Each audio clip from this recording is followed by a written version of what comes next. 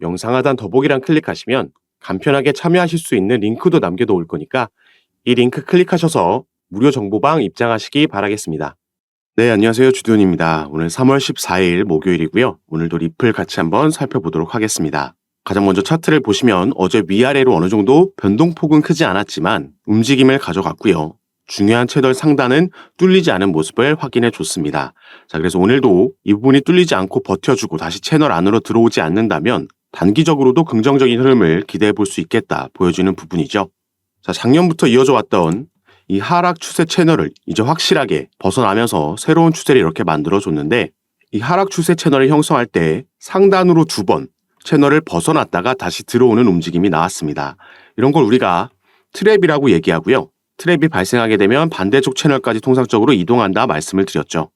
그래서 최근에 또 한 번 채널 상단을 벗어났을 때도 이게 다시 채널 안으로 들어오면서 트랩이 발생하게 되면 추가 하락이 나올 수 있지만 이 상단 지지를 받고 추가 상승력이 나오게 되면 이전 채널을 무효화시키면서 트랩이 아닌 이런 새로운 상승 추세를 만들 수 있다 말씀을 드렸습니다. 그래서 지금 이 위치가 중요한 이유도 트랩이 발생하게 되면 최근 만들어낸 상승 추세 채널에서 상단을 돌파했고 이게 다시 채널 안으로 들어오게 되면 단기적인 조정이 올 수 있기 때문에 지금 위치하고 있는 970원대 시세가 상당히 중요하다 말씀을 드렸죠. 다만 조금 더 중장기적인 관점에서 봤을 때는 이런 긍정적인 전망들이 나오고 있습니다. 자, 리플의 4월 강세장을 예고했고 그 뒤에는 여전히 우리가 주목해야 되는 소송 이슈가 있다 나와 있는데요. 자, 밑에 본문 내용을 같이 함께 보시면 리플은 현재 가격 하락에 직면해 있지만 곧 0.77달러에 도달할 수 있다는 예측과 함께 회복 가능성을 시사하는 징후가 나타나고 있다.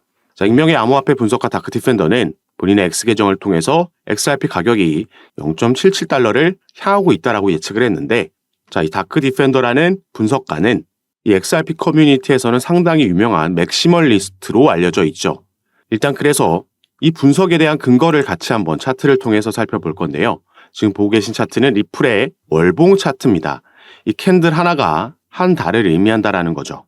그리고 이렇게 차트를 월봉으로 길게 봤을 때 리플은 최근 아까 말씀드렸던 이 마찬가지인 하락 추세 채널을 돌파해 줬기 때문에 4월 달에 추가 상승력이 나오면서 긍정적인 흐름을 보여줄 것이라고 예측한 거고 더 길게 봤을 때는 이 진한 오렌지색 저항 라인까지 갈 수 있고 여길 돌파하게 되면 추가 상승력도 기대해 볼 수 있다 나오고 있는 부분입니다. 자, 비트코인 같은 경우는 이미 신고가를 경신했죠. 하나로도 1억이 넘는 가격대를 형성하고 있고 이제 4월로 예정되어 있는 비트코인의 반감기까지 우리를 기다리고 있기 때문에 이 시기에 리플의 개별적인 호재 소식까지 전해진다면 그동안 눌려 있었던 만큼 더 폭발적인 상승력을 보여줄 수 있겠다 전망하고 있습니다. 그래서 일단 리플의 소송 이슈 같은 경우에는 자, 이 문건을 같이 함께 보시면 이 문건은 작년에 이 SEC와 리플의 소송을 담당하고 있는 아날리스트 토레스 판사가 양측에 보낸 명령서고요. 소송 스케줄에 대해서 이렇게 나와 있습니다. 그래서 2월 12일, 올해 2월 12일까지 양측인 이 Remedies Related Discovery, 구제 관련 서류를 제출하라고 되어 있죠. 이 구제 관련 서류라는 건 작년에 있었던 약식재판, 7월 달에 약식재판 판결문이 나왔는데 당시에 부분 판결이 나왔습니다. 그래서 기관들에게 판매된 XRP는 증권이다. 판결이 나왔고 개인들에게 판매된 XRP는 증권이 아니다. 이렇게 분리된 판결이 나왔죠. 시장은 당시에 이 부분에 더 주목을 하면서 사실상 리플의 승소다라고 받아들였고 XRP 가격이 급등을 했었습니다. 그리고 여기 SEC는 이 부분에 대해서 중간항소 요청을 했지만 법원에 기각을 당하면서 10월 달에도 한번 유의미한 상승력이 나와줬었죠. 다만 이 구제 관련 서류라는 건 바로 이 부분, 기관에게 판매된 XRP는 증권이라는 법원의 판결이 있었기 때문에 여기에 대해서 양측이 벌금 합의를 해야 되는 상황이고 여기에 대한 관련 서류를 제출하라는 거였죠. 그런데 이 제출 기한 날짜를 리플 측에서 연기 요청했고 이게 받아들여지면서 2월 20일까지 양측이 모두 제출했습니다. 리플 같은 경우에는 SEC에서 요청하고 또 법원이 승인했던 XRP 판매 수익 자료와 최근 2년간의 재무제표도 함께 제출을 완료했고요. 이 첫 번째 서류 제출 기한이 연기됨에 따라서 이 밑에 있는 다음 스케줄들도 차례로 연기가 됐습니다. 3월 22일까지 기존에 3월 13일이었던 스케줄을 SEC에서 연기 요청했고요. 그래서 이 날짜까지 SEC가 본인들의 입장을 밝히는 서류를 제출하게 됩니다. 그리고 리플은 본인들의 입장을 4월 22일까지 제출하게 되고 여기에 대한 답변을 내놓겠다라면 SEC는 5월 6일까지 답변서를 제출해야 되는 거죠. 이 기한들이 이렇게 조금씩 연기됐기 때문에 이 3월 22일까지는 리플이 시장 추세와 함께 움직일 거라고 예상하고 있고 이 소송 관련 업데이트되는 뉴스들은 아무래도 XRP에 크게 영향을 주기 때문에 제가 가장 빠르게 카톡방에서 공유해 드리면서 브리핑해 드릴 예정입니다.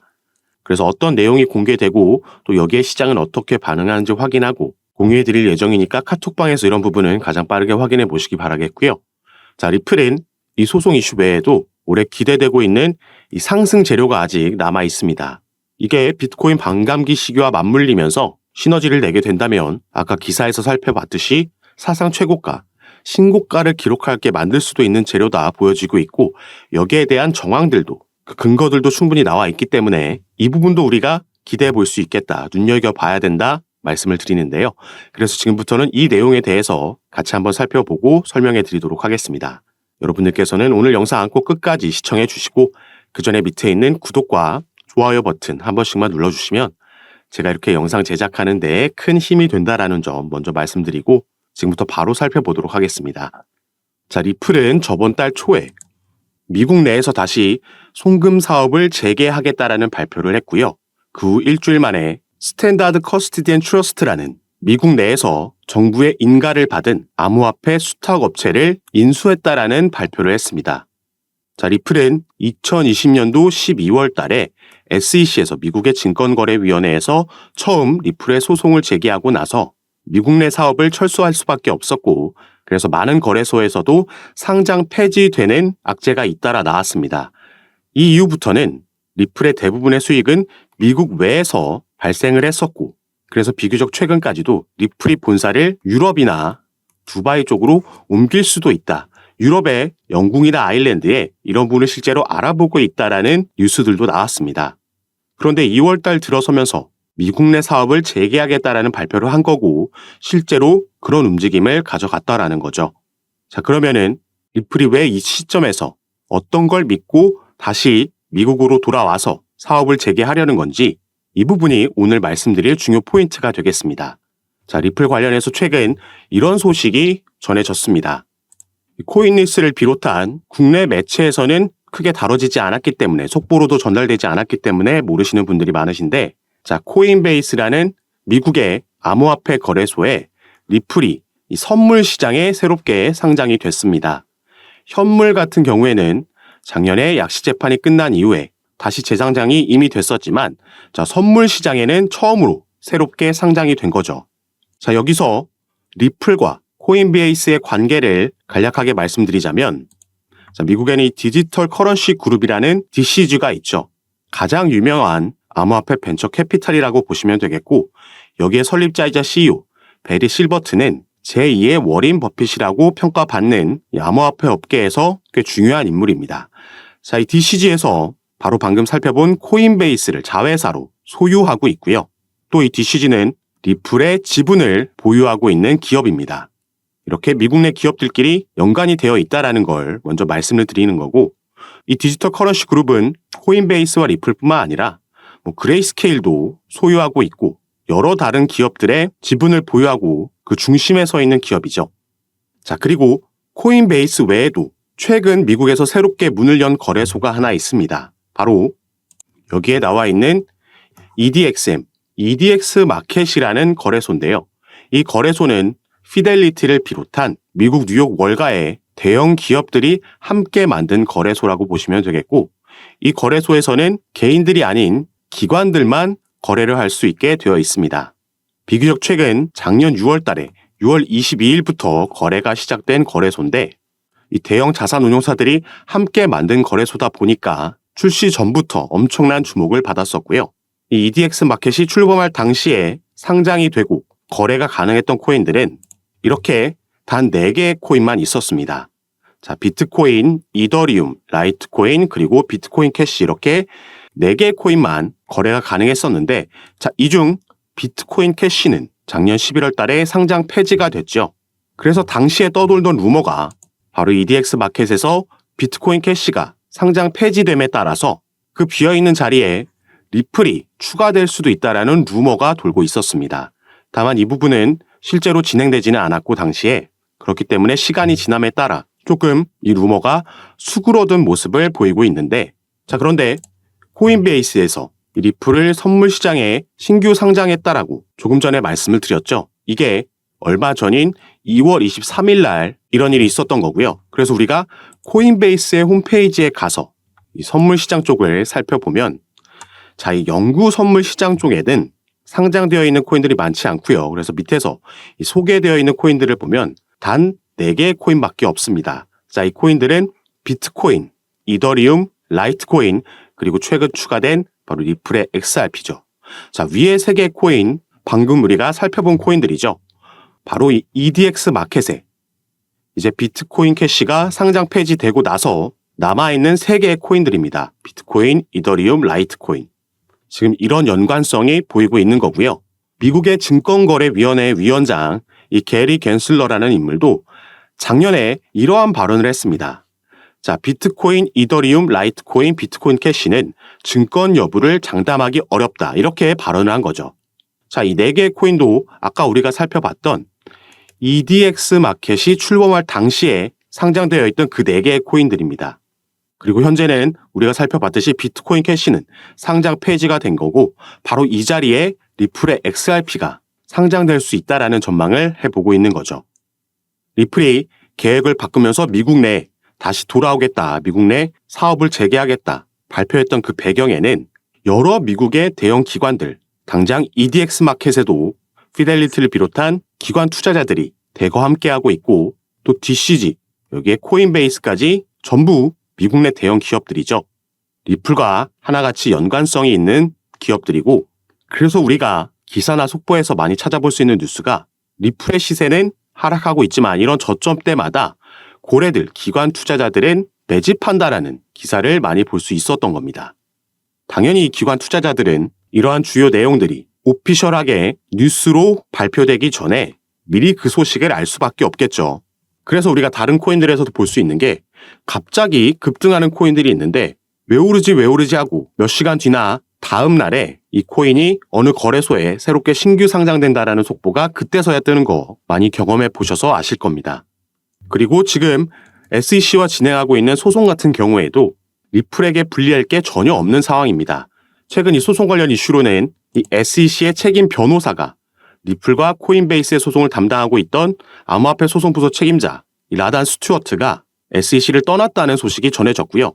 그러면서 화이트 앤 케이스라는 최근 피델리티가 비트코인 ETF 서류를 제출할 때 여기에 자문을 제공한 로펌에 새롭게 이직을 하게 됐다는 소식이 전해졌습니다. 그리고 직접적으로 SEC와 리플이 벌이고 있는 소송 외에도 제가 이전 영상들에서 말씀드렸던 지금 SEC 내에서 진행되고 있는 이 조사 결과에 따라서 이 조사라는 건 2021년도에 인파워 오버사이트가 SEC를 상대로 소송을 제기했던 전직 SEC 관리들이 리플과 XRP에 대한 편견을 가지고 있다는 주장, 여기에 대한 조사가 진행되고 있는 거고요. OIG가 이 수사를 진행하고 있는 여기서 불법 행위를 발견하게 되면 SEC는 항소 계획을 종료할 수 있으며 당연히 이건 리플에게 호재로 작용을 할 겁니다.